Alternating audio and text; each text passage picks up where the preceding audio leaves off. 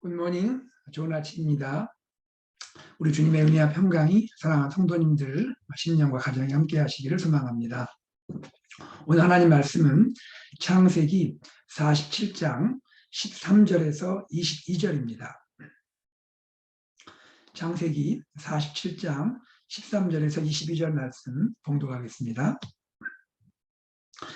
기근이 더욱 심하여 사방에 먹을 것이 없고 애굽 땅과 가나안 땅이 기근으로 황폐하니 요셉이 곡식을 팔아 애굽 땅과 가나안 땅에 있는 돈을 모두 거두어들이고 그 돈을 바로의 궁으로 가져가니 애굽 땅과 가나안 땅에 돈이 떨어진지라.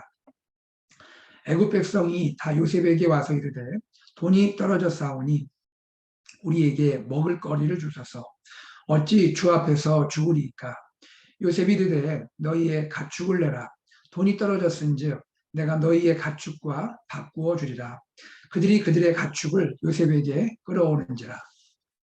요셉이 그 말과 양떼와 소떼와 나귀를 받고 그들에게 먹을 것을 주되 곧 그의 그 모든 가축과 바꾸어서 그의 동안에 먹을 것을 그들에게 주니라.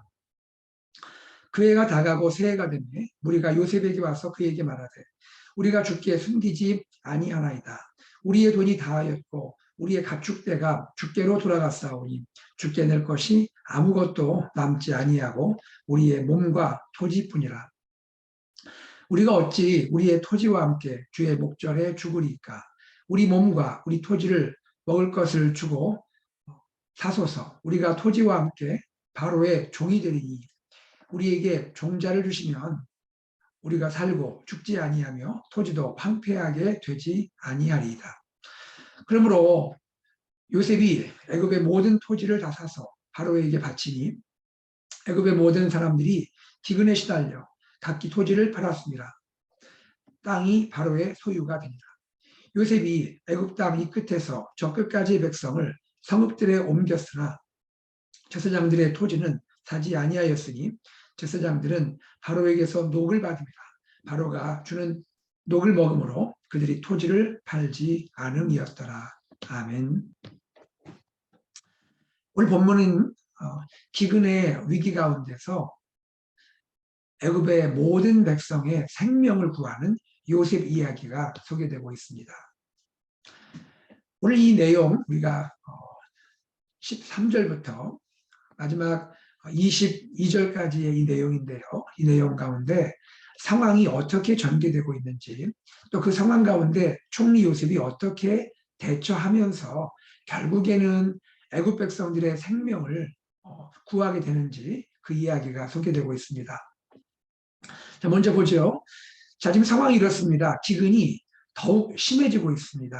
그래서 애굽 땅과 가나안 땅 전체가 황폐했다라고 소개합니다. 그 내용 13절입니다.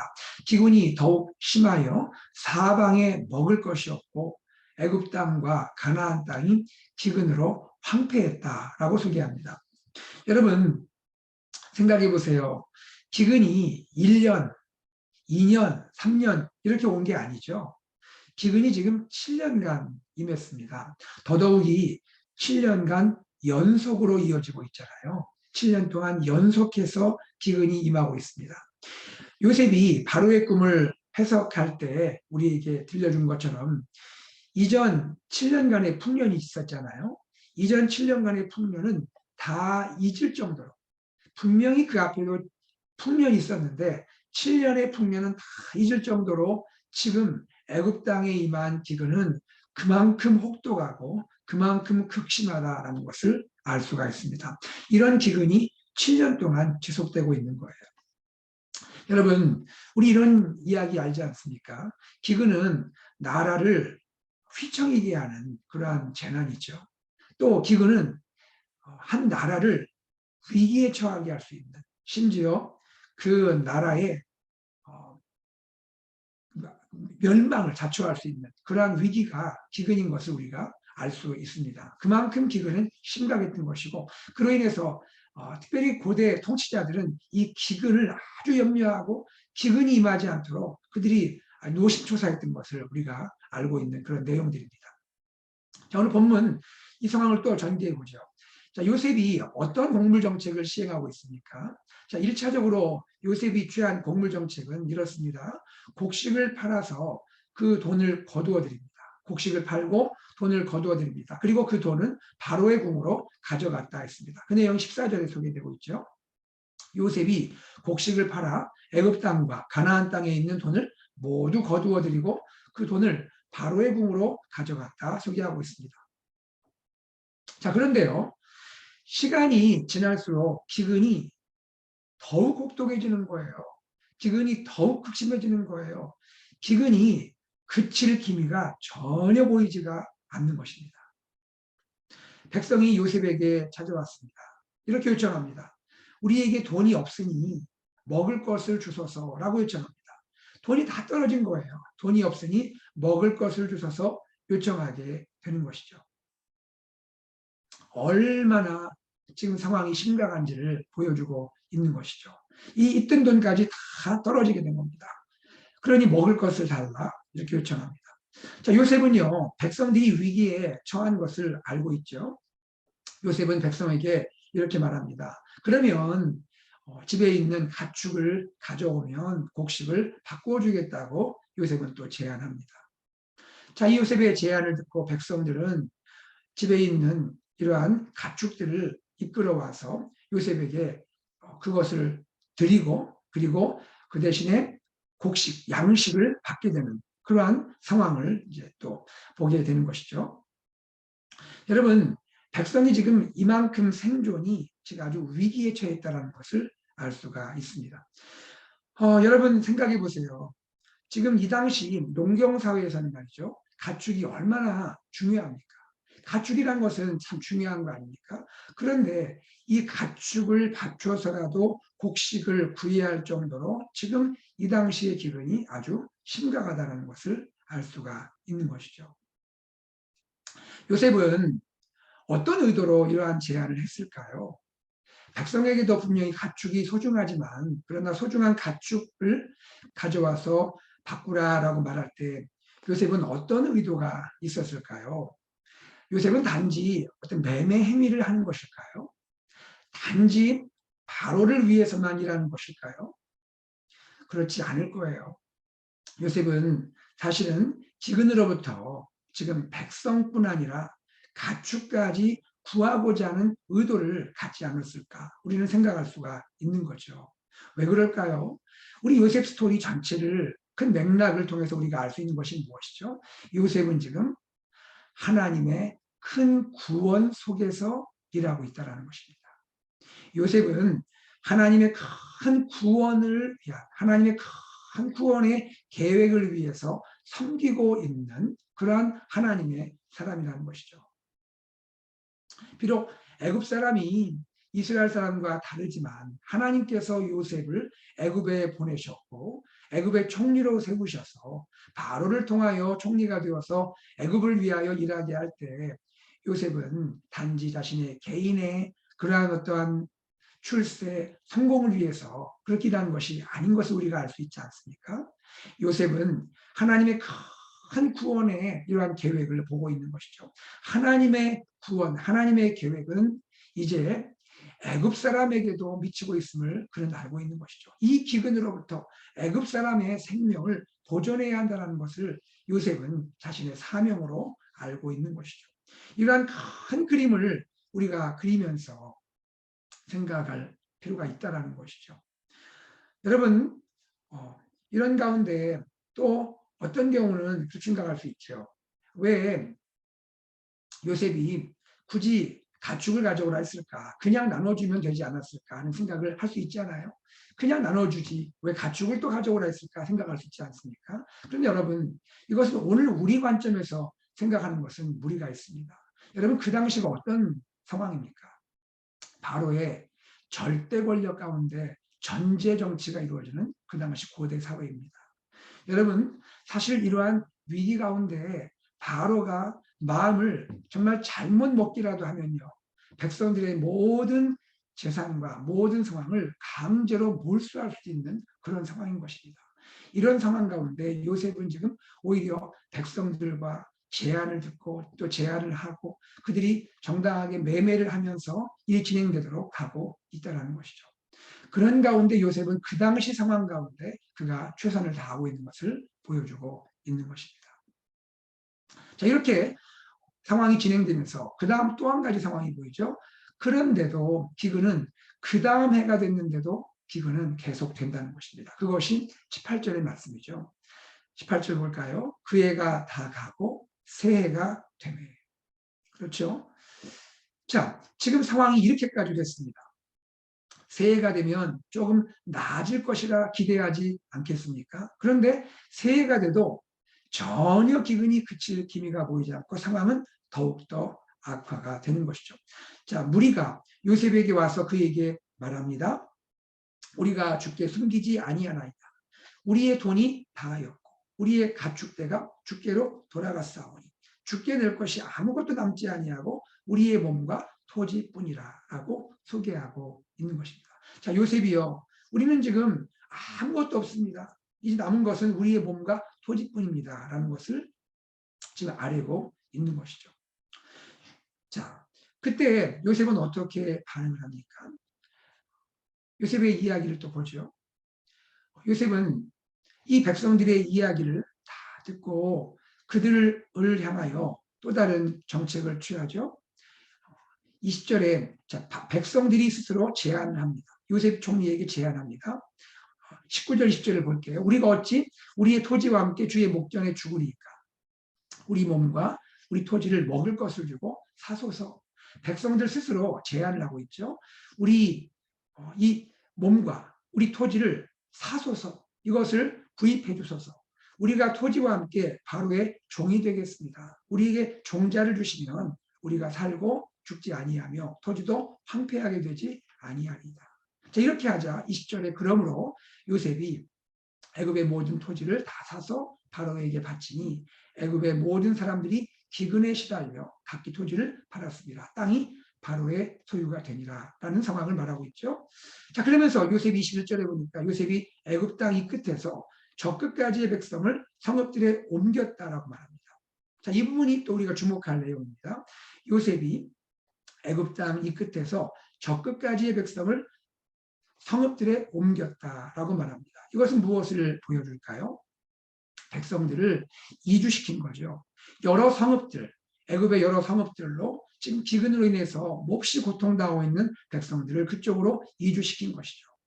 자, 그랬다는 것은 무엇을 보여줄까요? 그 성읍들에서 백성들을 보존하고 있는 것입니다. 백성들을 그 성읍들로 이주시켜서 그곳에서 먹을 것을 주면서 그들을 보호하고 있는 마지막 단계의 조치를 취하는 것을 알 수가 있는 것이죠. 여러분, 제가 조금 전에 말씀을 드렸지만 가축을 요셉이 다 사들이지 않았습니까?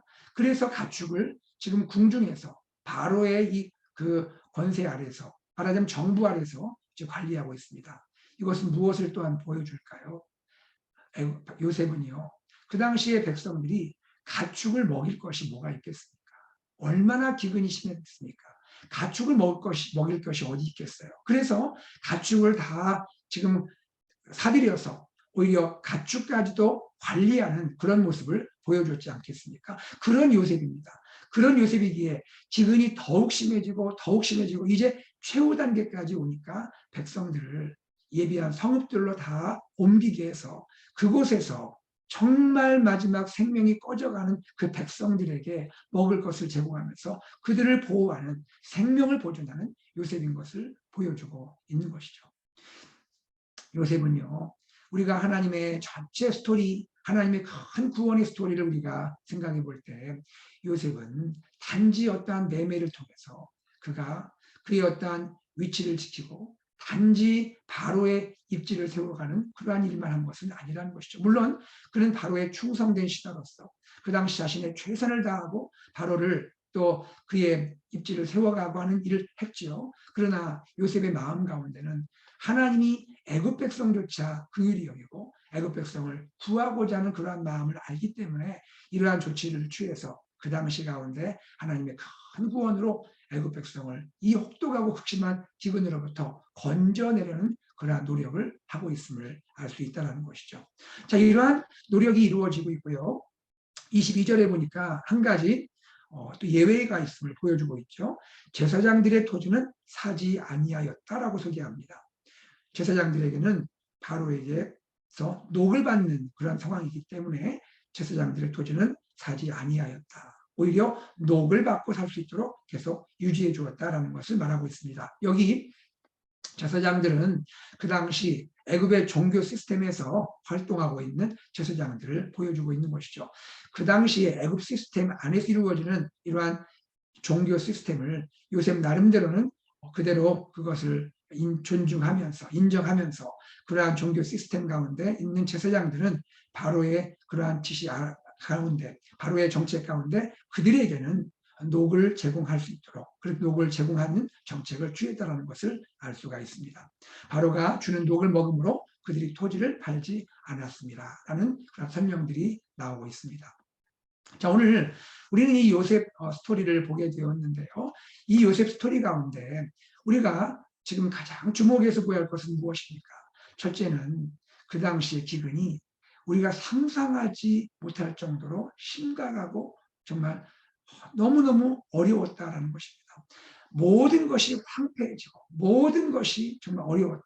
전에 7년의 풍년을 기억조차 못할 정도로 어려웠고 그것이 7년 연속으로 이루어지고 점점 더 심각했다라는 것을 알 수가 있습니다. 이와 같이 큰 고난이 온 것을 보여주고 있죠.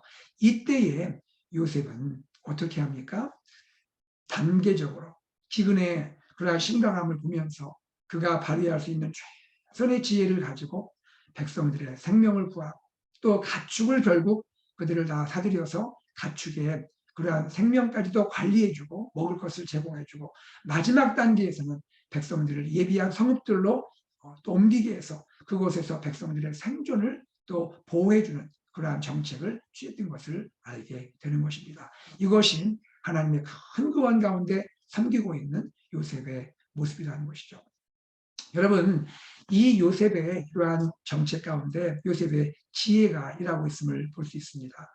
그 지혜는 어디서 왔을까요? 그 지혜를 주신 분은 하나님이십니다. 하나님께서 요셉에게 지혜를 주셔서 그 당시에 이 극심한 상황, 그 고대 사회 가운데 이 극심한 상황으로부터 많은 백성들의 생명을 구하고 보존하는 일을 만들어 가셨다는 것이죠. 자, 이러한 하나님의 스토리, 요셉을 통한 하나님의 구원의 스토리를 우리가 보면서 오늘 우리에게 이 말씀을 한번 적용해 보면 좋겠습니다. 사랑하는 여러분, 우리의 삶 가운데도 때로는 우리가 정말 감당하기 어려운 그러한 고난과 위기의 시간이 오지 않습니까? 참 우리가 감당하기 어려운 그런 위기들, 고난이 찾아올 때에 우리가 기억할 것은요. 그러한 고난과 위기 속에서도 하나님은 우리를 보호하신다. 하나님은 우리를 인도해 주신다는 것을 우리는 기억을 하고 하나님을 신뢰해야 한다는 것입니다. 하나님의 지혜와 능력을 우리는 정말 믿음으로 우리 안에 있는 염려와 걱정을 내려놓을 수가 있는 것이죠. 이 엄청난 기근에서 백성들을 구원한 하나님의 역사를 보시기 바랍니다. 그 하나님은 오늘 우리 가운데도 역사하시는 것이죠. 또한 우리는 요셉을 보면서 무엇을 보게 될까요? 우리는 우리 자신이 이 세상에서 지금 살아가고 우리가 또 사명을 감당하는 그 목적이 무엇인지를 생각해야 합니다. 그 사명 중에 우리가 살아갈 목적 중에 중요한 한 가지는 이것이죠. 고난 중에 있는 우리 주위의 이웃을 선한 돌봄으로 돌보는 것이라는 것입니다. 하나님께서 왜 우리를 그리스도인으로 세우시고 이 땅에 살게 하실까요? 그것은 우리를 통하여 우리 주위의 고난 가운데 있는 이웃들을 선하게 돌보라는 하나님의 그런 사명의 부르심인 줄로 믿습니다. 요셉을 통해서 이 큰 기근으로부터 애굽 백성이 생명을 보존하게 되었습니다. 여러분, 우리의 마음이 넓어지기를 원합니다. 하나님이 우리를 선택하시고 우리를 구원하신 이유는 우리들만을 위한 것은 아닙니다. 우리 주위를 보아야 하고요. 우리 주위에 고난당한 사람들을 위해서 우리에게 주신 지혜를 가지고 우리가 최선을 다하고 섬김으로써 많은 사람들의 생명을 보존하고 그들에게 특별히 복음을 증거하고 그들이 그리스도 예수를 알고 하나님의 큰 구원에 참여하게 하는 그러한 일에 쓰임받아야 할 줄로 믿습니다. 이러한 귀한 삶이 우리를 통하여 오늘도 이루어지기를 간절히 소망합니다. 함께 기도하겠습니다. 하나님의 은혜를 감사합니다. 하나님 아버지, 오늘 요셉 이야기를 보게 되었습니다. 하나님, 그 당시에 참으로 감당하기 어려운 이러한 고난이 7년 연속해서 찾아왔을 때 하나님께서 요셉을 총리로 세우셔서 하나님 요셉을 통하여 백성들의 생명을 또 구하게 하시고 가축까지 결과적으로 관리하게 하시고 또한 하나님께서 백성들을 최악의 기근으로부터 또 보호하셔서 그들의 생명을 구하시는 그러한 일을 우리에게 보여주신 것을 감사합니다. 하나님 아버지, 이 이야기를 들으면서 또 보면서 하나님, 우리가 정말 우리의 삶에도 우리가 감당하기 어려운 고난의 시간, 위기의 시간이 올지라도 우리를 보호하시고 인도하시는 주님을 신뢰할 수 있도록 믿음을 주시기 원합니다. 하나님, 우리에게 또 하나님께서는 큰 지혜가 있으시고 능력이 있으셔서 하나님을 믿고 신뢰할 때 우리 안에 염려와 걱정이 내려질 수 있도록 하나님, 그러한 믿음을 허락하여 주옵소서. 또 하나님, 우리를 택하시고 우리를 세상 가운데 두신 이유는 우리를 통하여 고난 가운데 있는 우리 주위의 이웃들을 돌보게 하시고 선한 돌봄으로 그들을 이끌고 또 그들을 하나님의 보호 안으로 인도할 수 있는 그러한 사명을 주신 것을 믿습니다. 하나님, 이 사명을 잘 감당할 수 있도록 도와주시고 우리가 우리의 삶의 울타리를 넘어서 이웃을 바라볼 수 있도록 하나님 축복하여 주시옵소서. 감사드리며 주 예수 그리스도 이름으로 기도드리옵나이다. 아멘. 시간 말씀을 기억하며 함께 기도하겠습니다. 하나님 아버지, 정말로 우리가 어려운 시대를 살아갈 때 참으로 하나님을 의지하고 하나님을 믿음으로 우리가 염려와 걱정을 내려놓고 또 우리의 삶의 목적과 사명이 무엇인지 우리 이웃을, 고난 가운데 이웃을 돌아보고 그들에게 섬길 수 있는 그러한 마음들을 또 은혜를 허락하여 주옵소서. 기도하시기를 바랍니다.